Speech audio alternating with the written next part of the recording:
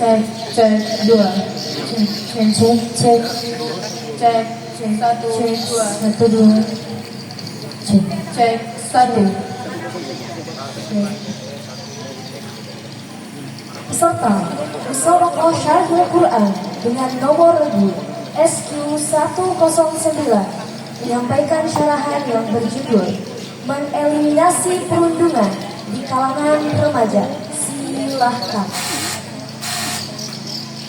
Bismillahirrahmanirrahim.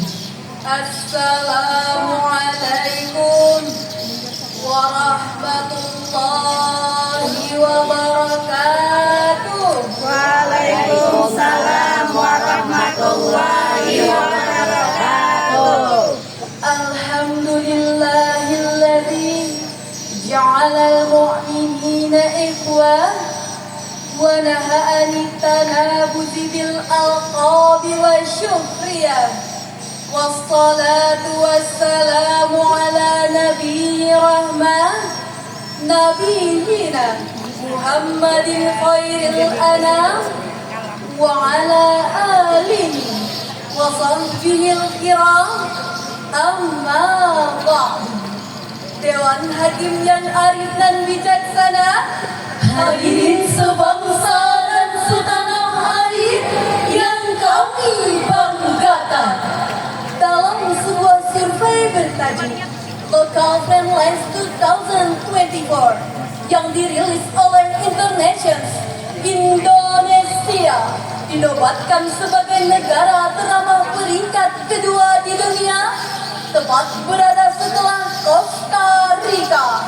Posisi ini menjadi daya tarik tersendiri sekaligus modal nyata untuk menciptakan bangsa yang humanis, spiritualis, pluralis, dan senyum mereka manis. Namun hadirin, kesan positif ini sering ternodai dengan munculnya kasus-kasus perundungan. Komentar-komentar provokasi yang masih menghiasi media sosial setiap hari, saling hina dan mencela yang masih merajalela, sinisme dan sarkasme yang hampir membudaya, pelecehan seksual yang terus menyasar anak muda, bahkan tak jarang intimidasi dilakukan untuk merusak mental dan menghilangkan nyawa yang diperbuat oleh oknum-oknum anak bangsa, baik di dunia maya maupun di dunia nyata. Bukan hanya antar satu ormas dengan ormas lainnya, bukan hanya antar kelompok etnis dengan etnis lainnya, bahkan anak kepada orang tua, antar pelajar, antar remaja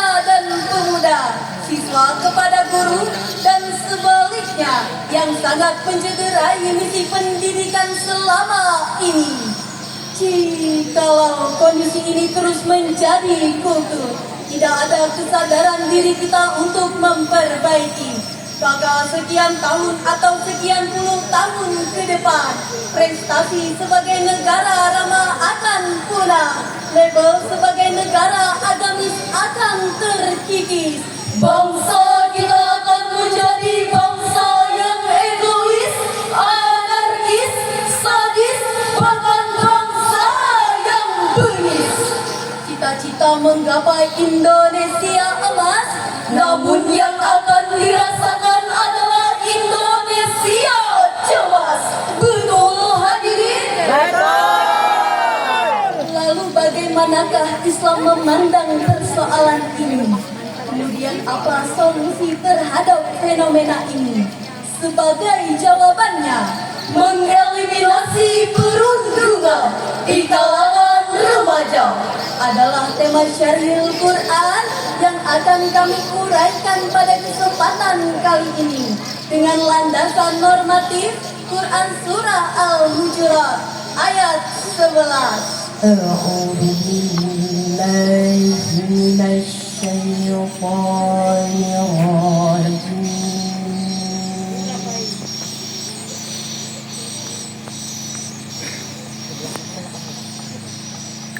بسم الله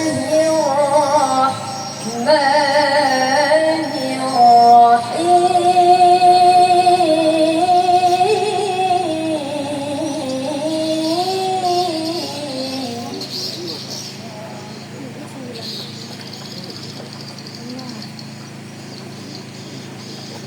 يا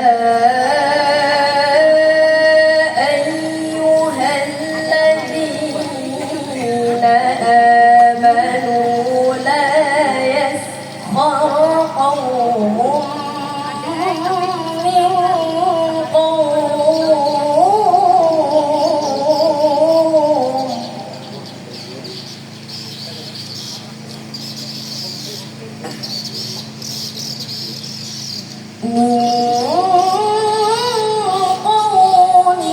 عسى أن يكونوا خيرا منهم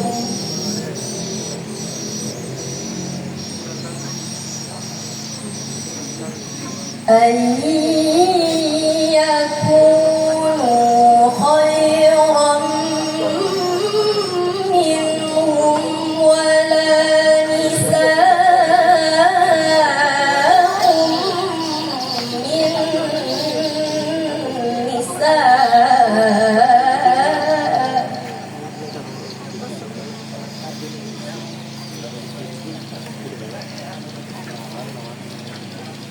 من نساء عسى أن يكن خيرا منهن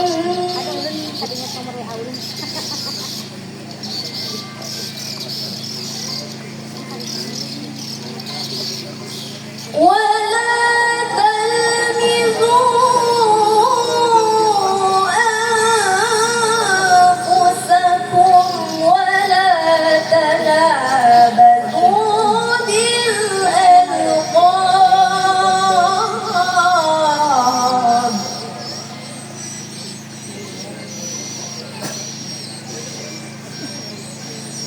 بئس الاسم الفسوق بعد الإيمان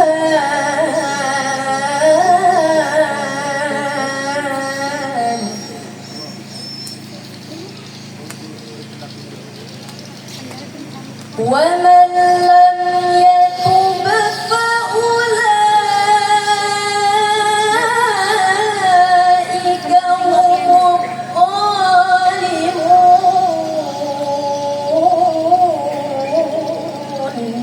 Aku berlindung kepada Allah dari godaan syaitan yang terkutuk dengan menyebut asma Allah yang maha pengasih lagi maha penyayang. Wahai orang-orang yang beriman, janganlah suatu kaum mengolok-olok kaum yang lain, karena boleh jadi mereka yang diolok-olokkan itu lebih baik daripada mereka yang mengolok-olok. Dan jangan pula perempuan-perempuan mengolok-olok perempuan lain, karena boleh jadi perempuan yang diolok-olok itu lebih baik daripada perempuan yang mengolok-olok. Janganlah kamu saling mencela dan saling memanggil dengan julukan yang buruk. Seburuk-buruknya panggilan adalah panggilan fasik setelah beriman. Siapa yang tidak bertobat, mereka itulah orang-orang saleh. Dewan Hakim yang arif dan bijaksana, hadirin sebangsa dan setanah air yang kami banggakan. Imam Ibnu Katsir dalam Tafsirul Quranul Azim jilid 3 halaman 774 menafsirkan, yanha ta'ala anis sufriyati bin nas wa huwa tiqaruhum wal istihza'u bihim, bahwa maksud maksud pokok ayat ini adalah larangan untuk melakukan tindakan penghinaan dan ejekan terhadap sesama manusia. Karena boleh jadi orang yang dihina lebih mulia di sisi Allah daripada orang yang menghina. Hadirin, menghina atau mengejek dalam istilah populer sekarang adalah perundungan atau bullying. Menurut American Psychological Association, perundungan adalah tindakan agresif yang sengaja dilakukan untuk melukai, baik fisik, psikis, dan membuat orang lain tidak nyaman. Sedangkan bentuk penghinaan dan ejekan tersebut bersifat umum, baik dalam bentuk ucapan, tulisan maupun perbuatan. Hal ini dijelaskan oleh Syekh Abdurrahman Al-Sa'di dalam Tafsir Sa'di halaman 1376 mensyarahkan, la yaskhar qaumun min qaumin bikulli kalamin wa qawlin wa fi'lin dalil ala tahkiril akhil muslim wa inna dhalika haramun.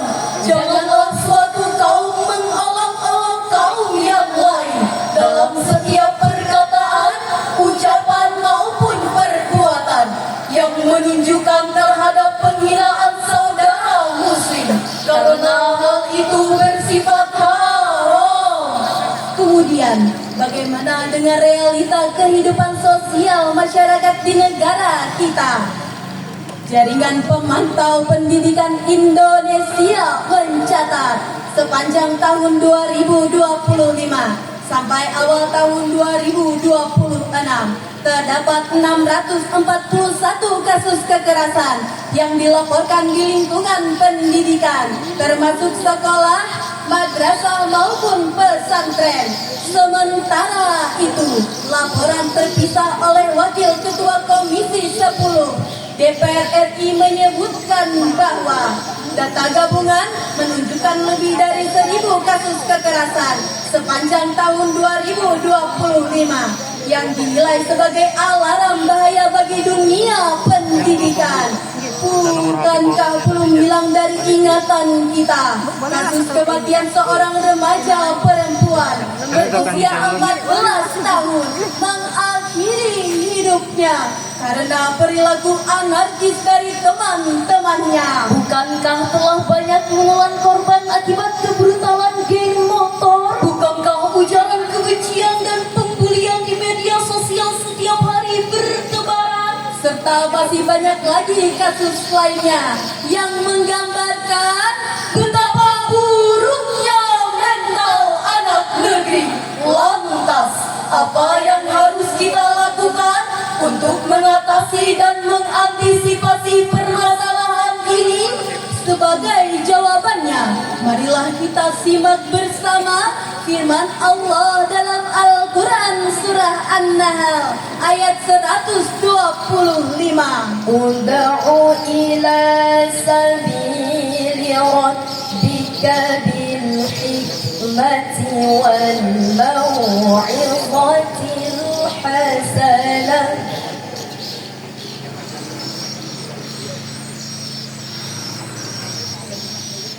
والموعظة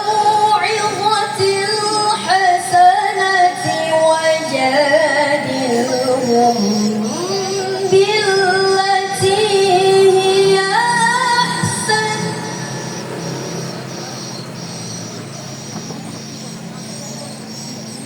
إن ربك هو أعلم بمن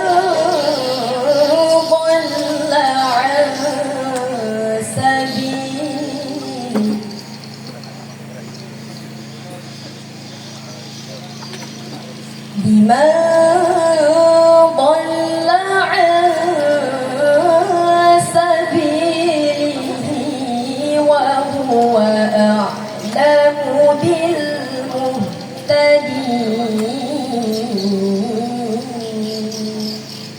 صدق الله العظيم. Suruhlah manusia ke jalan Tuhanmu dengan hikmah dan pengajaran yang serta debatlah mereka dengan cara yang lebih baik.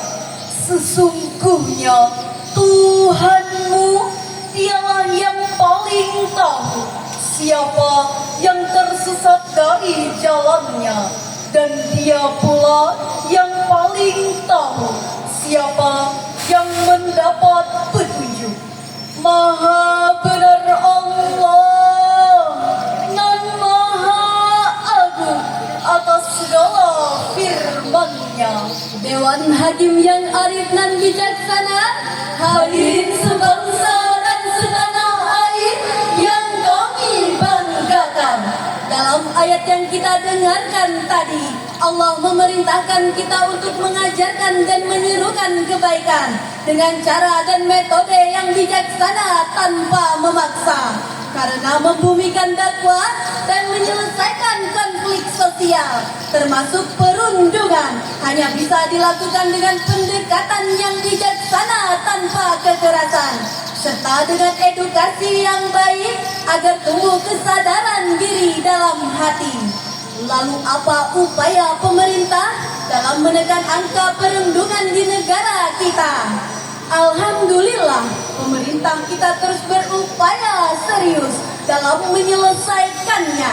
Hal ini dibuktikan dengan berbagai kebijakan dan program, seperti diluncurkannya program proyek penguatan profil pelajar Pancasila dan profil pelajar rahmatan lil alamin oleh Kementerian Agama, adanya MPLS Ramah Anak dan Budaya Sekolah Aman, sosialisasi serta diseminasi Undang-Undang Perlindungan Anak Nomor 35 Tahun 2014, penguatan cyber police, peluncuran pelatihan guru berbasis value education oleh Kemendikbudristek dan regulasi Undang-Undang ITE, serta masih banyak lagi program lainnya. Oleh karenanya, melalui mimbar Musabaqah Syarhil Quran tingkat Kabupaten Kota Baru ini, kami mengajak kepada seluruh pemuda-pemudi bangsa, mari tebarkan kasih sayang dimanapun dan kepada siapapun. Tunjukkan akhlak mulia dalam setiap aktivitas, bijak menggunakan media sosial, hindari perilaku menghina dan mencela, toleransi terhadap keberagaman bangsa, apalagi terhadap sesama muslim. Kita semua adalah saudara. Baginda Rasulullah menyeru kepada kita semua dengan kalimat tegas, la tahasadu wa la tanajashu wa la tabaghadu wa la tadabaru. Janganlah kalian saling mendengki, janganlah kalian saling menyakiti, janganlah kalian saling membenci, dan janganlah kalian saling membelakangi. Hadis riwayat Muslim. Dalam kitab Sahih Muslim halaman 2564. Dewan Hakim yang arif dan bijaksana, hadirin yang kami cintai. Dengan berakhirnya uraian ini, maka cerahan ini dapat disimpulkan bahwa perundungan adalah musuh besar bagi generasi muda yang berdampak pada aspek psikologis, fisik yang harus kita eliminasi bersama. Islam sebagai agama rahmatan lil alamin dalam membangun mental dan akhlak yang sesuai dengan Al-Quran dan Sunnah. Karena hanya dengan inilah kita dapat menciptakan lingkungan yang lebih harmonis, agamis, spiritualis menuju masyarakat Kalimantan Selatan, khususnya Kota Baru yang lebih hebat dengan generasi Qurani yang lebih kuat, hebat, harmonis, energik, bersatu, amanah dan tangguh.